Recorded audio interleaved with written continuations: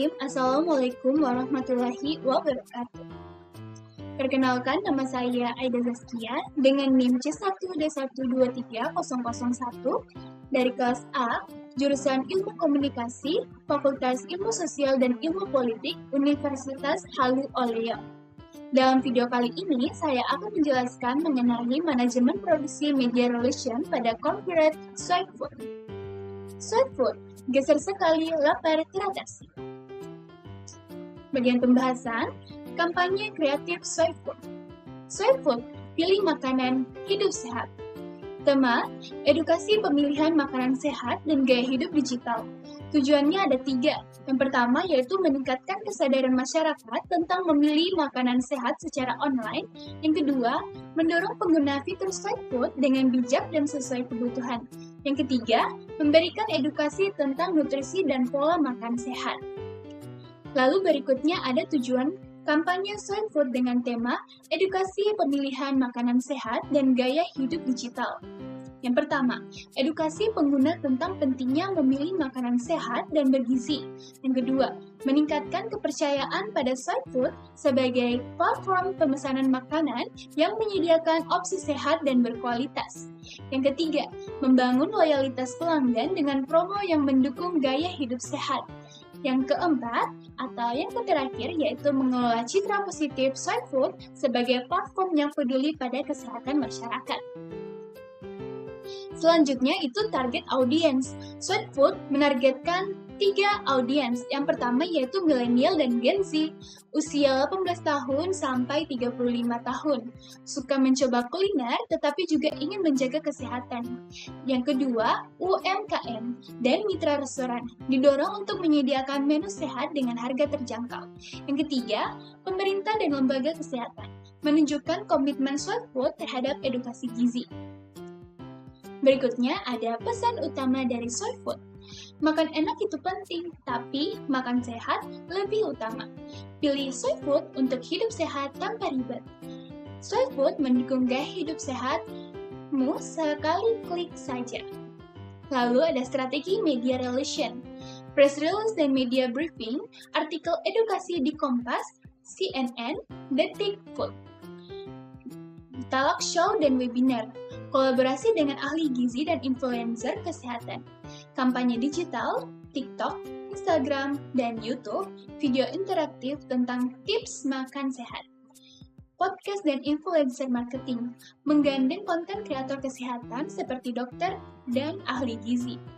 Gamifikasi dan challenge, tantangan pilih makanan sehat di Swipefood dengan reward menarik. Berikutnya itu struktur tim kampanye. Head of PR and Corporate Communications memimpin strategi komunikasi kampanye, Media Relations Specialist menangani hubungan dengan jurnalis dan media partner, Content Creator dan Social Media Team membuat konten edukasi dan proses promosi kampanye, Krisis Manajemen Team mengantisipasi isu negatif dan memberikan respon cepat, Data dan Analisis Team menganalisis dampak kampanye dan engagement audience. Lalu berikutnya itu ada organizing pengorganisasian, timeline, dan milestone kampanye. Minggu pertama sampai kedua, riset dan perencanaan strategi media, menyusun press release dan materi edukasi untuk media, menjalin kerjasama dengan influencer kesehatan. Minggu ketiga sampai keempat, publikasi konten edukasi di media sosial, peluncuran kampanye TikTok dan Instagram Reels, webinar, pilih makanan sehat, hidup lebih baik dengan ahli gizi.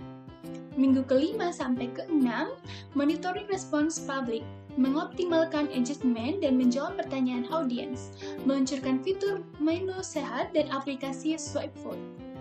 Minggu ke-7 sampai ke-8, evaluasi kampanye berdasarkan data engagement dan feedback pengguna, penyempurnaan strategi dan rekomendasi untuk kampanye berikutnya. Lalu ada leading atau kepemimpinan, tanggung jawab pemimpin kampanye. Yang pertama, mengarahkan tim agar pesan kampanye tetap konsisten di semua media. Yang kedua, menjalin komunikasi dengan media dan stakeholders untuk menjaga reputasi positif Swipefood. Yang ketiga, mengantisipasi isu negatif terkait promosi makanan tidak sehat atau layanan. Dan berikutnya yaitu strategi manajemen krisis. Yang pertama, jika ada kritik tentang kurangnya opsi makanan sehat, maka solusinya itu menambah mitra restoran dengan menu sehat. Yang kedua, jika ada keluhan soal kualitas makanan sehat, solusinya itu memperketat seleksi dan quality control mitra restoran.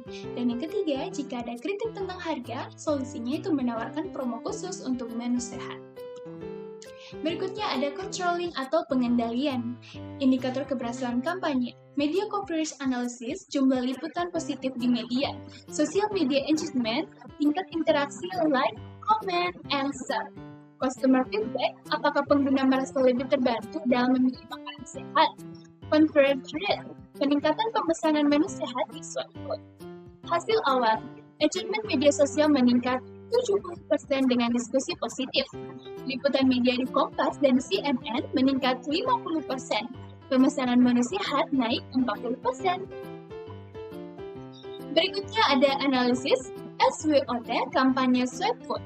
Ada dua faktor. Yang pertama itu faktor internal dan faktor eksternal. Faktor internal meliputi kekuatan serta kelemahan. Kekuatan, basis pengguna loyal dan aktif, layanan cepat dan mudah, potensi fitur promo sehat dan program loyalitas. Ada faktor internal bagian kelemahan, belum semua mitra menyediakan menu sehat, butuh investasi besar untuk kampanye edukasi. Lalu ada faktor eksternal meliputi peluang dan ancaman. Bagian peluang, tren gaya hidup sehat yang meningkat, dukungan dari influencer dan media gaya hidup, regulasi pemerintah tentang kesadaran gizi.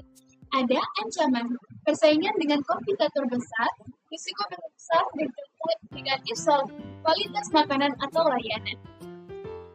Dan yang terakhir itu merupakan kesimpulan. Dengan kampanye Sweet Food cerdas, sehat, hidup sehat, Sweet Food dapat meningkatkan kesadaran masyarakat tentang pentingnya makan sehat, membangun loyalitas pelanggan dengan edukasi dan transparansi, menguatkan posisi Sweet Food dan sebagai platform yang peduli pada gaya hidup sehat. Strategi ini akan membuat Sweet Food sebagai aplikasi yang tidak hanya menyediakan makanan, tetapi juga mendidik pengguna untuk hidup lebih sehat. Sweet Food geser sekali lapar teratasi. Itu saja penjelasan dari video saya, lebih dan kurangnya mohon dimaafkan. Bila itu, wassalamualaikum warahmatullahi wabarakatuh.